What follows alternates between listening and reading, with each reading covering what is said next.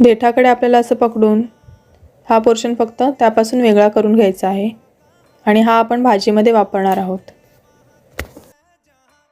बाकीची शतावरी मी आधी साफ करून घेतलेली आहे। तुम्हाला दाखवण्यासाठीच फक्त ह्या मी 4-5 दांड्या ठेवल्या होत्या।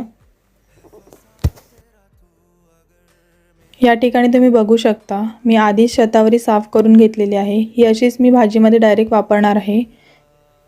ती थोडी कडक असल्यामुळे ती नीट कापली जात नाही, त्यामुळे अशीच भाजीमध्ये वापरली तरीही चालेल।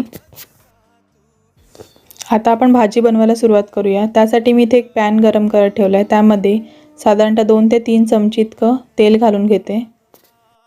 तेल छान गरम झाले। आता त्यामध्ये पाव चमची मोहरी, पाव चमचे जिरं, चिमूटभर हिंग आणि अर्धी चमची आलं लसूण कोथिंबीरची पेस्ट घालून घेऊया। साधारणतः अर्ध्या मिनिटासाठी आपण हे चांगलं मीडियम फ्लेमवर परतून घेऊ।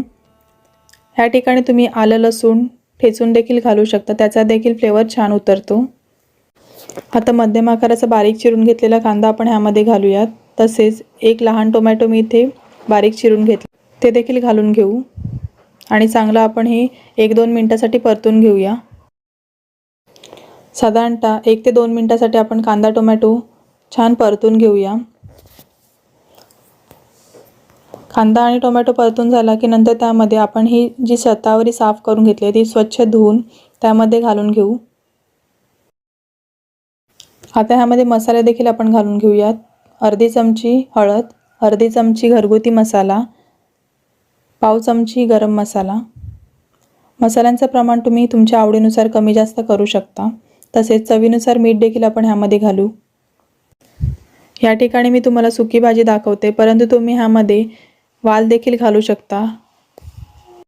तसेच भिजवलेली मूग डाळ, चणा डाळ देखील तुम्ही ह्यामध्ये वापरू शकता। आता ह्यामध्ये 1 मोठी चमची वाटून घेतलेला ओला नारळ घालून तो देखील चांगला आपण ह्यामध्ये मिक्स करून घेऊया। ही भाजी अगदी झटपट होते। भाजी नीट मिक्स करून झाली। आता आपण ह्याला 1 ते 2 मिनिटासाठी एक वाफ काढून घेऊ। गॅसची फ्लेम मंद ठेवून आपल्याला एक वाफ काढून घ्यायची आहे। वाफ काढून झाले, तुम्ही इथे बघू शकता झटपट अशी शतावरीची सुकी भाजी तयार आहे।